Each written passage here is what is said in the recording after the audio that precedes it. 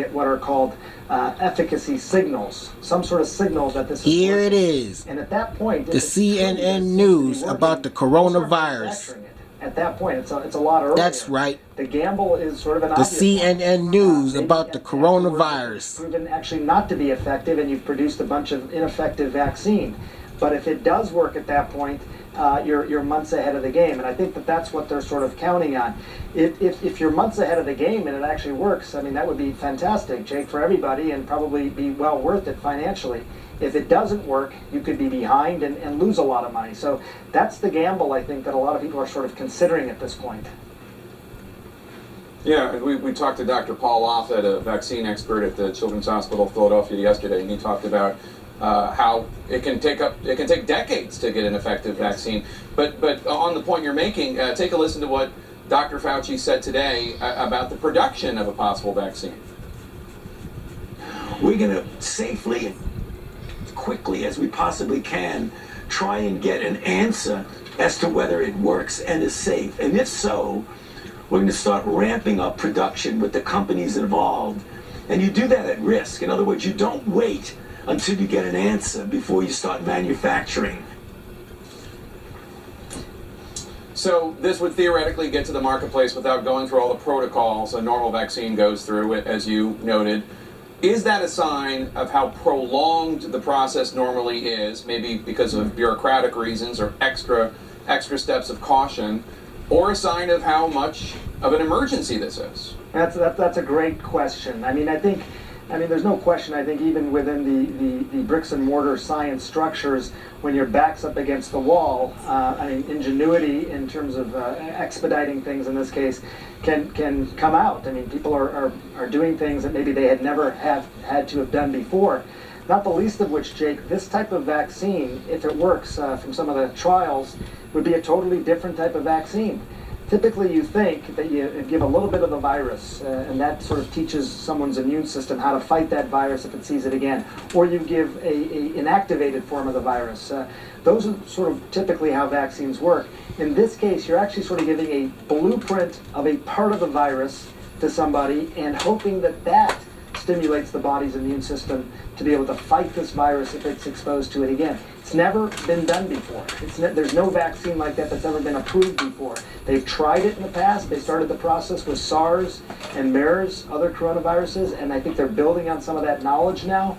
But there is so much new here, Jake. If it works, it will be fantastic and probably change medicine and vaccines forever, for all time to come. But if it doesn't work, it's going to be a lot of starting over for folks. The president announced that the White House social distancing guidelines will expire today. More than 30 states will have started to reopen by the end of the week. I want you to take a listen to something else Dr. Fauci said today about the states reopening.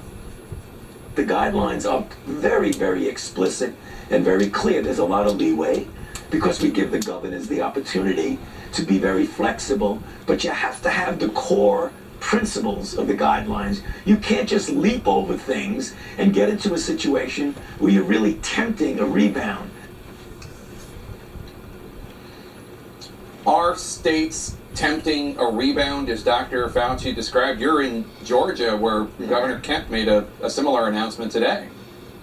That is about as forceful as something you're going to hear from Dr. Fauci. I mean, we've all heard him now for several months.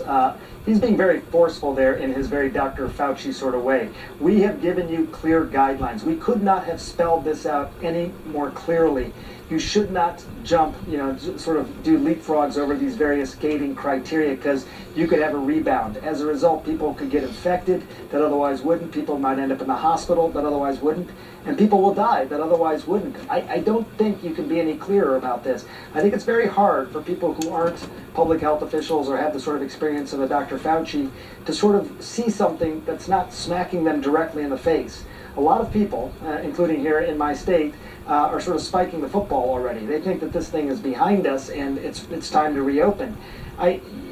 Dr. Fauci and others have been very, very clear on this. It is not. The virus is still out there. It is still contagious.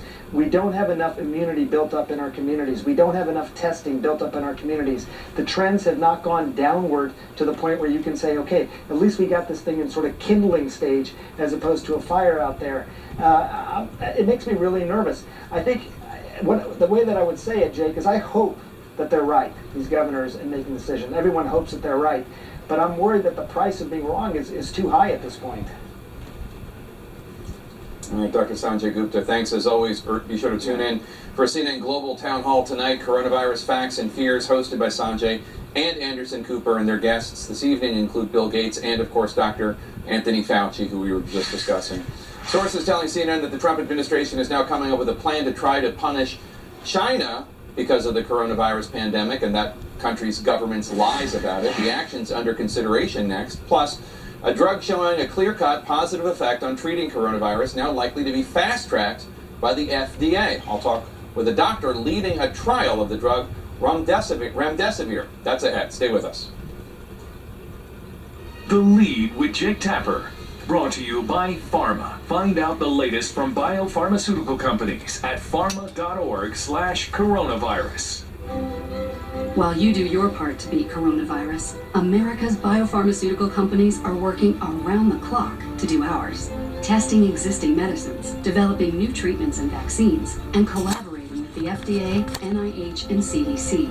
We're working with doctors and hospitals on over 235 clinical trials and ramping up production capabilities to ensure these medicines are available.